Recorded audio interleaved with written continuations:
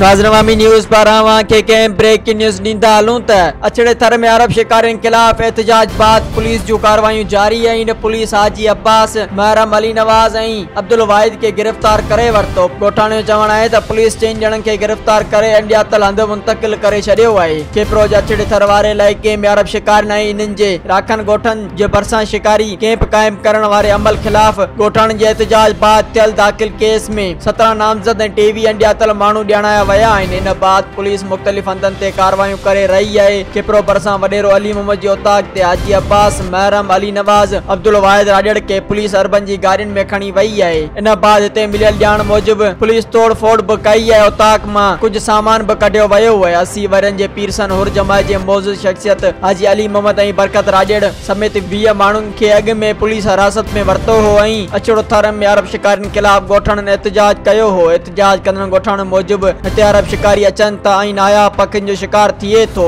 जानवरनि जो शिकार थिए थो ऐं चौपाए माल जे धणनि जे चरागनि जी रफ़्तार बिहे थी। अछड़े थर जी सूंहं पखियुनि जो हिते शिकार थिए थो। इन जे खिलाफ़ ॻोठाणनि एहतजाज कयो हो। ॻोठाणे मूजिब अरब शिकारी अचनि था हिते मारूड़नि खे सहूलियत ॾियण बजाए अछड़े थर जी सूंहं पखियुनि जो शिकार थिए थो। इन एहतजाज बाद इहो केस दाख़िल थियो हो ऐं ॻोठाणनि सां पुलिस गर्दी वारो अमल जारी आहे। ॻोठाणे मूजिब इहे गिरफ़्तारियूं बंदि कयूं वञनि, गिरफ़्तार समूरा माण्हू आज़ाद कया वञनि ऐं जड़तो केस आहे इहो ख़त्म कयो वञे ऐं अरब शिकारियुनि खे हिते शिकार खां रोकियो वञे। नाज़रवामी न्यूज़ पारां के कंहिं ब्रेकिंग न्यूज़ ॾींदा हलूं त अछड़े थर में अरब शिकारियुनि खिलाफ़ एहतजाज बाद पुलिस जूं कार्रवायूं जारी आहिनि। पुलिस हाजी अब्बास, महरम अली नवाज़ ऐं अब्दुल वाहिद खे गिरफ़्तार करे वरितो। ॻोठाणे जो चवणु आहे त पुलिस 4 ॼणनि खे गिरफ़्तार करे अणॼातल हंधि मुंतक़िल करे छॾियो आहे। केपरोज अछड़े थर वारे इलाइक़े में अरब शिकारियुनि ऐं इन्हनि जे राखनि ॻोठनि जे भरिसां शिकारी कैंप क़ाइम करण वारे अमल खिलाफ़ ॻोठाणे जे एहतजाज बाद थियल दाख़िल केस में 17 नामज़द ऐं 23 अणॼातल माण्हू ॼाणाया वया आहिनि। इन बाद पुलिस मुख़्तलिफ़ हंधनि ते कार्रवायूं करे रही आहे। केपरो भरिसां वॾेरो अली मोहम्मद जे उताक ते हाजी अब्बास, महरम अली नवाज़, अब्दुल वाहिद राजड़ के पुलिस अरबन जी गाड़ियुनि में खणी वई आहे। इन बाद हिते मिलियल ॼाण मूजिब पुलिस तोड़ फोड़ बि कई आहे। उताक मां कुझु सामान बि कढियो वियो आहे। 80 वरनि जे पीरसन हुर जमात जे मौजूद शख्सियत हाजी अली मोहम्मद ऐं बरकत राजड़